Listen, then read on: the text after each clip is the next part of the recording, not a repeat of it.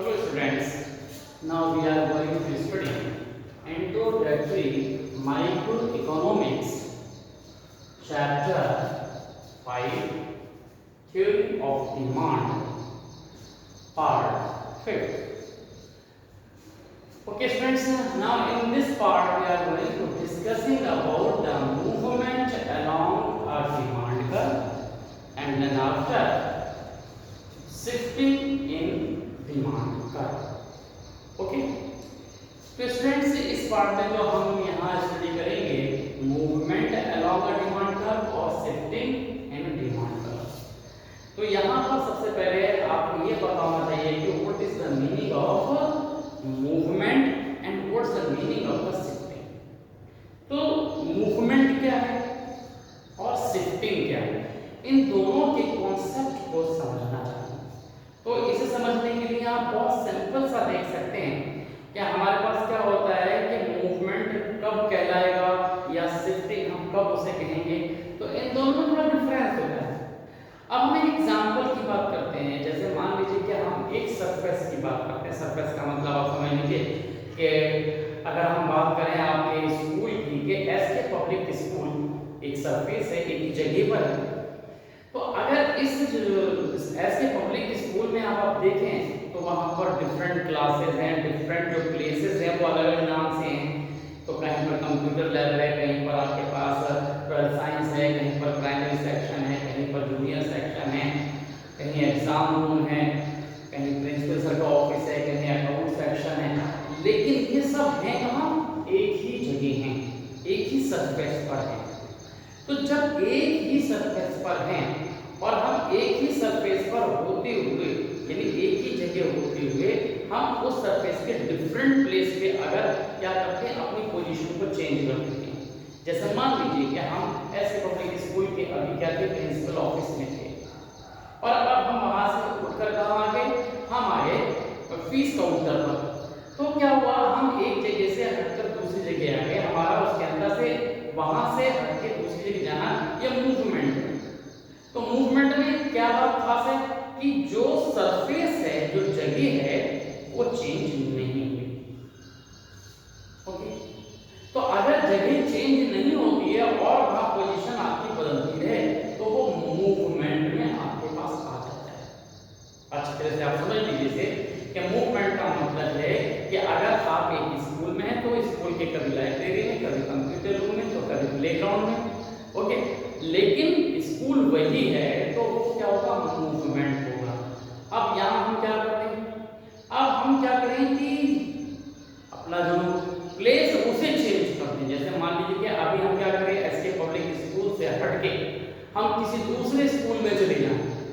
अब जैसे मान लीजिए हम खटी मार किसी स्कूल में चले जाते हैं, सराफ पब्लिक स्कूल में चले गए, उसके ग्राउंड में चले गए, तो अब इसका मतलब क्या हो गया कि हमने अपने आप को शिफ्ट कर दिया। अब हमने क्या है, स्कूल ही चेंज कर दिया। जब हम जगह को चेंज कर देंगे यानी सरफेस को चेंज कर देंगे तो वो हमारे पास क्या हो जाएगा, शिफ्टिंग हो जाएगा। अब नाम लिखना है कि भाई वो शिफ्ट हो गया। अब यार मझोला में रह रहे थे, अब मझोला से खटीमा में शिफ्ट हो गए, तो वो शिफ्टिंग का मतलब है कि आपने जगह ही चेंज कर दी। तो जब जगह चेंज करेंगे तो वो आपके पास शिफ्टिंग में आ जाएगा। और जब आप क्या करेंगे, जगह चेंज नहीं करेंगे बल्कि उसी के अराउंड आसपास में क्या करेंगे, वहीं रहेंगे, तब आपके पास क्या होगा, मूवमेंट है। जैसे मकान होता है तो कभी आप बाथरूम में गए, कभी बेडरूम में गए, कभी ड्राइंग रूम में गए, कभी ड्रेसिंग रूम में गए, कभी स्टोर में चले गए, कभी रूफ पर छत पर चले गए, टेरेस पे। तो अगर आप इस तरह से जा रहे हैं तो क्या है, सब आपका मूवमेंट में आएगा क्योंकि आपकी जगह जो है वो सेम है। और अगर आप क्या करते हैं, एक मकान को छोड़ के दूसरे मकान में चले जाते हैं तो बिल्कुल शिफ्टिंग हो जाती है। तो यहाँ पर भी जब हम बात करेंगे किसकी, हम बात करेंगे किसकी, जब हम ग्राफ की बात करते हैं, जब हम यहाँ डिमांड कर्व की बात करते हैं, वहां पर इसी तरह से होता है कि अगर आपका जो डिमांड कर्व है, अगर डिमांड कर्व चेंज नहीं हो रहा और उसी कर्व के अंदर आप क्या कर रहे हैं, आप एक जगह से दूसरी जगह जा रहे हैं। जैसे मान लीजिए ये आपके पास एक ग्राफ, ये देखिए, अब ये डिमांड कर्व है। कभी आप यहाँ पर हैं, मान लीजिए आप यहाँ पर आ गए, ये ए पॉइंट था, अब आप यहाँ पर आ गए, मान लीजिए ये बी पॉइंट है, अब आप क्या हो गए, सी पे आ गए। तो आप क्या कर रहे हैं, एक ही कर्व के डिफरेंट प्लेस पे जा रहे हैं लेकिन कर्व सेम है। तो जब इस तरह की चेंज होगी पोजीशन में, जगह में उसके, तो वो आपके पास कहलाएगा मूवमेंट। ओके, और अगर हम क्या करें, कर्व ही चेंज कर दें तब वो होगी शिफ्टिंग। अब जैसे क्या हो गया है, तो ये जो हमारे पास होता है यहाँ से यहाँ आना, फिर यहाँ से यहाँ आना, ये सब क्या है, ये है मूवमेंट। ये क्या होगा, मूवमेंट कहलाता है। ये कर्व के अंदर मूवमेंट आपके पास रहेगा। और अगर आपके पास क्या होता है, इसी तरह से अगर हम यहाँ कर्व को दिखाएं लाइक दिस, तो ये कर्व को हम दिखाते हैं, तो ये आपके पास एक कर्व हमारे पास क्या है, ये आपके पास है डिमांड कर्व में, तो एक है। अब इस तरह से हमारे पास क्या हो जाए, कर्व ये आ जाए। अब देखिए यहाँ पर क्या हो गया, ये कर्व ही चेंज हो गया। ये कर्व आपके पास यहाँ पर क्या होगा, अब ये कर्व चेंज हो गया आपका। तो अगर ये कर्व आपके पास इस तरह से ये चेंज हो जाता है, डी आपके पास सी हो गया ये, तो अगर एक कर्व ये था, फिर आपके पास ये कर्व हो गया, फिर आपके पास ये कर्व हो गया, तो ऐसे कर्व जब चेंज होता है तब वो हमारे पास कहलाती है, ये शिफ्टिंग कहलाती है। तब हम इसे बोलते हैं कि हमने क्या कर दिया, शिफ्ट कर दिया। तो ये शिफ्टिंग आपके पास होगी और वो मूवमेंट होगा। ओके, तो ये आपको बहुत अच्छी तरह से अपने दिमाग में रखना है कि कब मूवमेंट है और कब वो शिफ्टिंग है। ओके, तो एक बात और याद रखें कि ये जो मूवमेंट है, मूवमेंट में चेंज इन क्वांटिटी डिमांडेड के नाम से जानते हैं। इसमें क्या है, चेंज इन क्या होगा, क्वांटिटी डिमांडेड। तो ये क्वांटिटी जब डिमांड होगी तो ये होगा, और ये जो है इसे चेंज इन डिमांड कहते हैं। तो अगर चेंज इन डिमांड है तो शिफ्टिंग कहलाएगी, और चेंज इन क्वांटिटी डिमांडेड है तब आपके पास वो मूवमेंट कहलाएगा। तो ये दूसरा नाम आपके पास आता है। तो यहाँ आपके दिमाग में जो सबसे ज्यादा इंपॉर्टेंट है वो मूवमेंट और शिफ्टिंग का कॉन्सेप्ट आपके पास होना चाहिए कि which type of the changing of position known as a movement and what is the position that is changed, shifting। तो ये हमारे पास शिफ्टिंग में और मूवमेंट में दोनों में ये डिफरेंस रहता है। ओके, तो अब हम जो पहला जो आपके पास है movement along with a demand curve, along a demand curve या along with a demand curve, ये अगर आप कुछ भी आपके पास लिखा है तो वो आपके पास ठीक है। अब हम यहाँ पर जो पहले बात करेंगे वो बात करेंगे मूवमेंट की। तो मूवमेंट की जब हम बात करेंगे तो मूवमेंट किस तरह से आपके पास होता है ये आपको जरा समझना है। ओके, तो जब मूवमेंट की हम बात करते हैं तो मूवमेंट का मतलब है कि दिमाग में आपके पास क्या है, कंडीशन है कि आपकी जो कर्व की पोजीशन है वो कर्व चेंज नहीं होगा, और आपकी जो कंडीशन है वो आपकी हो सकता है चेंज हो सकती है। तो मूवमेंट में आपके पास दो तरह से आपके पास मूवमेंट होता है। एक आपके पास आप समझ लीजिए कि जिसे हम बोलते हैं एक्सटेंशन होता है, और एक आपके पास होता है कॉन्ट्रैक्शन। एक्सटेंशन और कॉन्ट्रैक्शन, ये दो वर्ड है। एक्सटेंशन का मतलब एक तरह से विस्तार होना होता है, बढ़ना होता है। अभी हम आपको बताएं तो ये इसमें जो मूवमेंट होता है ये आपके पास क्या होगा, एक्सटेंशन। एक क्या रहता है आपके पास, एक्सटेंशन। ओके, और दूसरा आपके पास क्या रहता है, कॉन्ट्रैक्शन। ये आपके पास क्या होगा, कॉन्ट्रैक्शन। अब देखिए ये हो गया विस्तार होना, बढ़ना, इंक्रीज होना। वैसे तो इंक्रीज कह सकते हैं लेकिन इंक्रीज हम शिफ्टिंग में लगाएंगे। लिटरेरी मीन बोथ आपके पास सेम है, लेकिन फिर भी हम यहाँ पर दोनों अलग अलग तरह से हम बात करते हैं। तो ये जो एक्सटेंशन है वो कब होगा और कॉन्ट्रैक्शन है वो कब होगा, तो याद रखना है आपको कि जैसे एक्सटेंशन क्या होता है, किस चीज का बढ़ना होता है। तो यहाँ पर जब हम इकोनॉमिक्स में कहते हैं तो बढ़ना हो गया, किसका बढ़ना होगा कि जो क्वांटिटी है, जो डिमांड है उसका बढ़ना हो गया। तो क्वांटिटी कैसे बढ़ती है वो याद रखिए कि जो मूवमेंट है ये किसके वजह से होता है। याद रखना है हमें कि it is change due to the price. ये केवल प्राइस की चेंज की वजह से होता है। इसके वजह से due to change in price, हम यहाँ पर लिख सकते हैं due to change in price, या आपने यहाँ पर लिख दिया चेंज इन प्राइस। ये प्राइस में चेंज होने की वजह से आपके पास होता है। ये मेन चीज है आपके पास कि अगर आप प्राइस में चेंज करते हैं तब हमारे पास क्या होगा, कर्व के अंदर मूवमेंट आपके पास होता है। अब मूवमेंट दो तरह से होगा, या तो एक्सटेंशन होगा या कॉन्ट्रैक्शन होगा। तो किसकी वजह से क्या होगा वो भी आपको याद रखना। अब देखिए लॉ ऑफ डिमांड हमेशा आपके दिमाग में होना चाहिए। अगर लॉ ऑफ डिमांड आपके दिमाग में है तो ये बहुत आसानी से आपको समझ में आएगा। लॉ ऑफ डिमांड क्या करता है, अब यहाँ पर प्राइस में चेंज है, ये नहीं पता प्राइस में चेंज कैसा है, कि कम है कि या ज्यादा है, इंक्रीज है कि डिक्रीज है। क्यों? क्योंकि इंक्रीज डिक्रीज के ऊपर ये दोनों टर्म है आपके पास, एक एक्सटेंशन की टर्म है और ये एक कॉन्ट्रैक्शन के आपके पास टर्म है। कहीं कहीं पर ये एक्सपेंशन के नाम से ऊपर दिख जाता है आपको, तो वो आप समझिए एक्सटेंशन। तो ये चेंज इन प्राइस है, तो प्राइस में चेंज है तो कौन सा चेंज एक्सटेंशन है, कौन सा चेंज आपका कॉन्ट्रैक्शन, ये समझ में आना चाहिए। तो हम यहाँ बात करते हैं एक्सटेंशन की। तो एक्सटेंशन का मतलब है कि it is due to change in price. देखो प्राइस कैसा होगा, ड्यू टू, यहाँ पर क्या होगा, जो डिमांड है आपकी कैसे बढ़ेगी, लॉ ऑफ डिमांड कहता है कि प्राइस से कम होने पर ही डिमांड बढ़ती है। तो वो चीज यहाँ अप्लाई करनी है, यानी लॉ ऑफ डिमांड को फॉलो कर लेना है। तो यहाँ पर आ जाएगा, ये क्या होगा, इसमें आप लिख सकते हैं कि पहला आपके पास क्या होगा, कि ये आपके पास क्या होता है, इट इज ड्यू टू, आपने लिखा क्या होगा, ड्यू टू, अब इंक्रीज डिमांड हो रहा है तो डिमांड इंक्रीज कैसे होगा, प्राइस कम होगा, ड्यू टू क्या हो जाएगा, डिक्रीज इन प्राइस। यहां पर क्या हो जाएगा, डिक्रीज इन प्राइस। ये जो प्राइस है उसमें अगर डिक्रीज होता है तो आपके पास क्या होगा, क्वांटिटी जो है डिमांड वाली वो बढ़ जाएगी। अगर आप इसे देखिए लॉ ऑफ डिमांड को फॉलो करना है, बिल्कुल आपके पास होगा, इसे आपको इसी तरह से लिखना होगा। तो यहाँ हमारे पास क्या हो जाएगा, एक यहाँ पर आपके पास हो जाएगा, इसका पहला पॉइंट क्या हो जाएगा, इसका पहला पॉइंट आपके पास क्या होगा, कॉन्ट्रैक्शन। तो कॉन्ट्रैक्शन का मीन क्या होगा कि जब प्राइस बढ़ जाता है, जब प्राइस बढ़ेगा तो क्या होगा, आपके पास डिमांड कम हो जाएगी।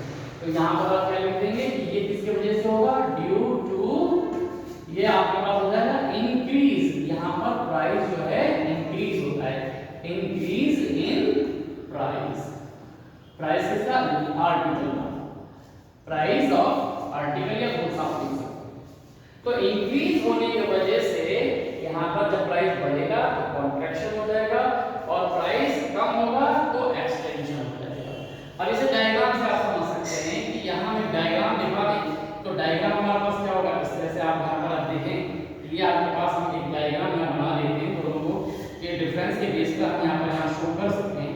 तो ये आपके पास क्या है, ये आपके पास ये यहाँ आपने प्राइस लिखा, ये आपके पास क्या है, क्वांटिटी आपके पास आ जाती है। ओके, तो ये आप देखें यहाँ पर क्वांटिटी आपके पास ये x है। अब देखिए डिमांड कर्व किस तरह से बनेगा, डिमांड हमेशा क्या होता है, उसका स्लोप हमेशा डाउनवर्ड होता है, इस तरह से ये डिमांड कर्व। अब देखिए पहली कंडीशन हमारे पास ये थी A, यहाँ पर कंडीशन आपके पास A थी और यहाँ प्राइस था P। अब P प्राइस के ऊपर यहाँ क्वांटिटी देखिए कितनी डिमांड की जा रही है, इससे पता लग रहा है कि ये हमारे पास क्वांटिटी जो थी वो आपके पास क्या थी, Q क्वांटिटी है, ये A कंडीशन। ओके, तो OP प्राइस पर आप क्या कर रहे हैं, OQ क्वांटिटी खरीद रहे हैं। अब यहाँ क्या होता है आपका, अब आपके पास जो होगा क्या होगा कि ये जो प्राइस है आपके पास OP प्राइस है, अब ये प्राइस क्या हो जाए, गिर के नीचे आ जाए। जैसे ही नीचे आएगा तो क्या होगा, डिमांड कर्व यहाँ पर यहाँ इंटरसेक्ट करेगा, टच करेगा उसे, तो ये शो करेगा कि क्वांटिटी इसकी बढ़ गई।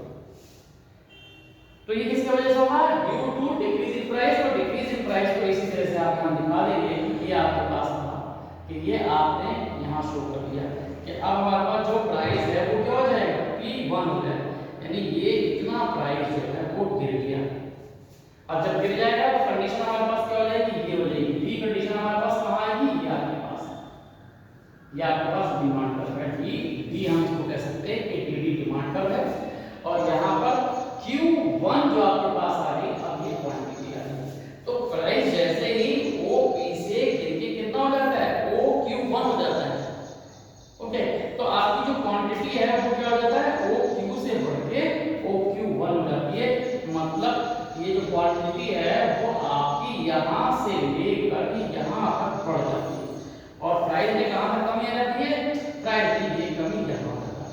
ये देखिए ये आपके पास। अब कंज्यूमर कहां पहुंच जाता है, वो एक कंडीशन से ए से कहां पहुंच गया, वो बी पर पहुंच गया, ये देखिए। और इसे आप क्या बोल देंगे, ये आपके पास कहलाता है एक्सटेंशन, यानी कि ये बढ़ना हो गया इन डिमांड पर। डिमांड का आपका वही है, बस कंडीशन क्या है, ए से बी तक है। ओके, अब ए से बी तक है तो मतलब क्या हो गया कि ये जो एक्सटेंशन हो गया, ये जो क्वांटिटी वो बढ़ गई, इसे हम बोल देते हैं एक्सटेंशन। ओके, अब ये जो हमारे पास तीसरा, इसके अंदर क्या लिखेंगे, ये जो आपके पास है, ये जो मूवमेंट है वो कैसा मूवमेंट है, इसे बोलते हैं डाउनवर्ड मूवमेंट, इसे डाउनवर्ड बोलते हैं। ओके, तो डाउनवर्ड मूवमेंट आपके पास क्या हो जाएगा, इस तरह से। तो ये आपके पास क्या हो जाता है, आप यहां पर ये जो आपके पास क्या है डाउनवर्ड, ये कहलाता है आपके पास मूवमेंट, ये डाउनवर्ड, ये मूवमेंट आपके पास रहेगा। ओके, तो ये आप यहां पर समझ लीजिए कि ये डाउनवर्ड मूवमेंट है आपके पास। तो ये एक्सटेंशन में आपके पास आ जाता है कि ये एक्सटेंशन आपके पास कहलाएगा। अब यही कर्व अगर आप क्या करें, यहां बनाएं ड्यू टू क्या हो जाए, इंक्रीज इन प्राइस, तो प्राइस में जब इंक्रीज होगा तो इसकी बिल्कुल अपोजिट केस हो जाएगा। ये मूवमेंट डाउनवर्ड था तो अपवर्ड हो जाएगा। अपवर्ड का मतलब है कि अब क्या होगा, कॉन्ट्रैक्शन हो जाएगा। कॉन्ट्रैक्शन का मतलब होता है किसी चीज का सिकुड़ना। जब कोई चीज सिकुड़ेगी तो वो क्या हो जाएगा, डाउन, वो जो हो जाएगा अपवर्ड में जाएगा। तो किसी चीज की कमी हो जाना, डिमांड में कमी होने का मतलब है कॉन्ट्रैक्शन होना, सिकुड़ जाना।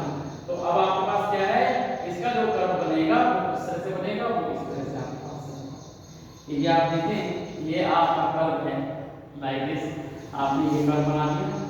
और यहाँ पर जो डिमांड कर्व है, डिमांड कर्व को आप ऐसे ही बनाएंगे, इसी तरह से आपके पास डिमांड कर्व है। ये डी आपके पास डिमांड कर्व, वाई आपके पास, और ये आपका एक्स है। ये आपके पास क्या हो जाएगा, इसे आपने कहा क्वांटिटी। ओके, और ये आपके पास ये ओरिजिन आपके पास है। अब कंडीशन क्या है, अब ये कंडीशन पहले है आपके पास, इसे हम ए कंडीशन कर बोल देते हैं कि आपकी इनिशियल कंडीशन है, पहले कंडीशन ये है, आप यहां पर देखिए, ये कंडीशन आपके पास है कि प्राइस है ये ओ जो पी है और क्वांटिटी है। अब कंडीशन ये है, पहली कंडीशन आपके पास कि ओ पी प्राइस पर आपकी क्वांटिटी इतनी डिमांड की जाए। अब इसका प्राइस बढ़ जाए, प्राइस बढ़ते मतलब आप समझिए कि ये प्राइस यहां कितना होता है, ये P से P1 प्राइस होता है, ये प्राइस बढ़ जाएगा। क्या हो जाए, प्राइस आपका बढ़ जाए। अब जब प्राइस बढ़ जाएगा तो प्राइस बढ़ने पर क्या होगा, इसकी क्वांटिटी जो है वो कम हो जाएगी। देखिए ये रही इसकी क्वांटिटी, ये Q1 जो है आपकी क्वांटिटी। ओके, तो Q1 क्वांटिटी है, तो यहां पर ये हो जाएगा B पॉइंट, B पॉइंट हो। तो B पॉइंट पे आपके पास क्या हो गया कि जैसे अभी प्राइस यहां था, इस प्राइस से इतना प्राइस आपका यहां पर क्या हो गया, वो बढ़ गया, ये प्राइस ऊपर की तरफ आ गया। तो आपकी क्वांटिटी क्या होगी, ये क्वांटिटी जो है पहले के कंपैरिजन में अब आपके पास कितनी होगी, ये सिकुड़ गई, ये कम हो गई, ये आपके पास है। तो इतनी जो क्वांटिटी है वो कम हो गई, तो ये कम होना ही कॉन्ट्रैक्शन है, इसी को बोलते हैं सिकुड़ना। तो जब ये क्वांटिटी क्या हो जाएगी, कम हो जाएगी, तो इसे हम यहां से बोल देंगे, यहां से ए से लेकर आप कहां आ गए, बी पर आ गए। तो इस कंडीशन को आपने क्या कहा, ये कॉन्ट्रैक्शन इन डिमांड है। तो ये आपके पास कहलाएगा कॉन्ट्रैक्शन इन, आपने लिख दिया डिमांड। तो इस तरह से आपके पास कॉन्ट्रैक्शन हो गया। अब कॉन्ट्रैक्शन में आप देखिए क्या हुआ, ये मूवमेंट, ये मूवमेंट क्या नीचे से ऊपर की तरफ है, तो आप यहां पर क्या लिख देंगे, ये आप यहां लिख देंगे अपवर्ड, ये आपके पास क्या हो जाएगा अपवर्ड, ये मूवमेंट आपके पास आ जाएगा। ओके, अपवर्ड मूवमेंट, तो ये मूवमेंट कैसे होता है, अपवर्ड होता है। तो ये डिफरेंस आपके साथ पूछा जाता है कि आप डिफरेंस बताइए क्या हुआ। तो इस तरह से डिफरेंस आपके पास याद रखना है कि जब भी आपके पास क्या हो जाएगा, आपसे पूछा जाए movement along with a demand curve या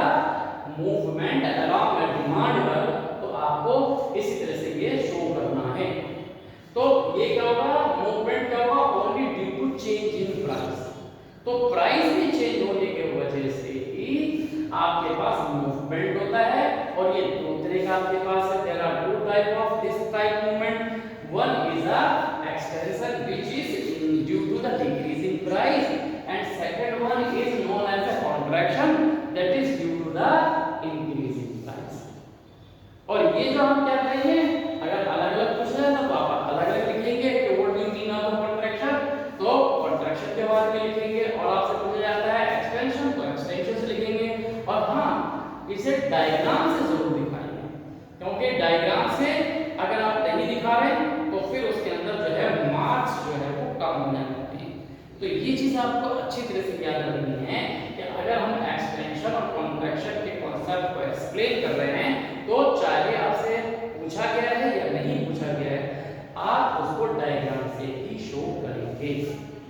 तो ये अब आपको अच्छी तरह समझ में आ गया कि कॉन्ट्रैक्शन क्या है और एक्सटेंशन क्या है। बस आपको अच्छी तरह से अपना जो लॉ ऑफ डिमांड है उसको अपने दिमाग में रखना है, उसको फॉलो कराना है, और ये देखना है कि क्वांटिटी कब बढ़ रही है। कभी-कभी ये क्वेश्चन पूछा जाता है कि व्हाट इज द टेक्निकली, और जो आपके पास है कि what is the term given in economics if the quantity increase after the change in decrease in price. Price में कम होने की वजह से अगर क्वांटिटी में इंक्रीज होता है तो what term known in economics, तो इकोनॉमिक्स में उस टर्म को क्या कहते हैं, ये ऑप्शन बन जाएगा आपके पास, एमसीक्यू में भी आ जाएगा। तो आप उसका नाम बता देंगे कि उसने क्या-क्या लॉ को फॉलो किया हुआ है। प्राइस घट रहा है, क्वांटिटी बढ़ रही है, मतलब एक्सटेंशन हो रहा है। और ऐसे ही वहां पर आपको कि लॉ ऑफ डिमांड फॉलो हो रहा है, प्राइस बढ़ रहा है, क्वांटिटी घट रही है, तो इसका जो टर्म है वो कॉन्ट्रैक्शन आपके पास आ जाएगा। तो इस तरह से हमारे पास क्या होता है कि जो एक्सटेंशन और कॉन्ट्रैक्शन के डिफरेंस को अच्छे तरह से आपको अपने दिमाग में रखना है। तो ये डायग्राम से अगर सेपरेट पूछा गया तो वैसे, और जब आपको पूछा जाए कि डिस्टिंग्विश कॉन्ट्रैक्शन एंड एक्सटेंशन, तो आप इसको लाइन बनाकर इसी तरह से एक्सप्लेन कर देंगे। और इसका जो एक्सप्लेनेशन है, ये एक्सप्लेनेशन जरूर देंगे कि पहले प्राइस कितना था, जो एक्सटेंशन है तो इसमें आप एक्सटेंशन देंगे तो वो प्राइस में क्वांटिटी कितनी थी, OQ की, और जब प्राइस गिर गया तो गिरने पर क्वांटिटी बढ़ गई, यानी Q1 क्वांटिटी बढ़ गई, जो एक्सटेंशन को दिखाती है, इंक्रीज को दिखाती है। तो ये क्या हो जाएगा, एक्सटेंशन हो जाएगा। और इसको यहाँ पर भी डायग्राम को एक्सप्लेन करेंगे, क्योंकि क्या होता है कि मोस्टली स्टूडेंट क्या करते हैं कि डायग्राम जो है बना तो देते हैं लेकिन उसको एक्सप्लेन नहीं करते, तो ऐसे में क्या जाता है कि एक आधा उसमें फट जाता है। बाकी तो आप ये डिफरेंस दे ही देंगे उसके अंदर किसी वजह से क्या होता है, लेकिन फिर भी आपको इस तरह से यहाँ पर देना होगा। ओके, तो ये आपको समझ में आ गया। अब इसके बाद जो है वो है हमारे पास शिफ्टिंग इन डिमांड। तो जो शिफ्टिंग इन डिमांड है वो किसके वजह से आता है, यहाँ देखिए समझ लीजिए कि यहाँ पर प्राइस जो था चेंज हुआ था, प्राइस में चेंज की वजह से आपके पास मूवमेंट होता है। ओके, और अगर यहाँ पर क्या हो जाए, प्राइस में चेंज ना हो, प्राइस कांस्टेंट रहे, बाकी जो एक्टिविटीज है उनमें चेंज आ जाए, तब वो शिफ्टिंग आएगी। याद रखना है, इसमें ये बहुत डिफरेंस है कि इसमें प्राइस जो है वो चेंज होता है, other things are remain constant, यानी असम्पशंस थी वो सब कांस्टेंट है। ये पूछा जाता है तो उस पर लिख देंगे कि इसमें क्या है, कंज्यूमर की इनकम कांस्टेंट होगी, ज्योग्राफिकल कंडीशन सेम होगी, प्रेफरेंस सेम होगा, क्या चेंज होगा, केवल प्राइस में चेंज होगा, तब ये आपके पास होगा। और जब शिफ्टिंग में आएगी तो शिफ्टिंग में सब कुछ चेंज होगा, no change in income of Y, no change in preference, no change in climatic condition, no change in geographical condition. Okay, तो only change हमारे पास क्या होगा, प्राइस में चेंज होगा, तब ये आपके पास आ जाएगा। समझ गए? अब केवल क्या हो जाए, जो आपके पास क्या है, assumptions है, अगर assumptions आपकी अब assumptions फॉलो नहीं करती, वो चेंज होती है, और क्या चेंज नहीं होगा, प्राइस कांस्टेंट है। If the price constant change other than, वो जो प्राइस हमारे पास वो जो क्या जो आपके पास ये सारी चीजें हो गई थी मूवमेंट में, शिफ्टिंग में आपके पास क्या होगा कि शिफ्टिंग में आपके पास प्राइस सेम रहेगा, बाकी सारी चीजें चेंज हो जाती हैं, चेंज इन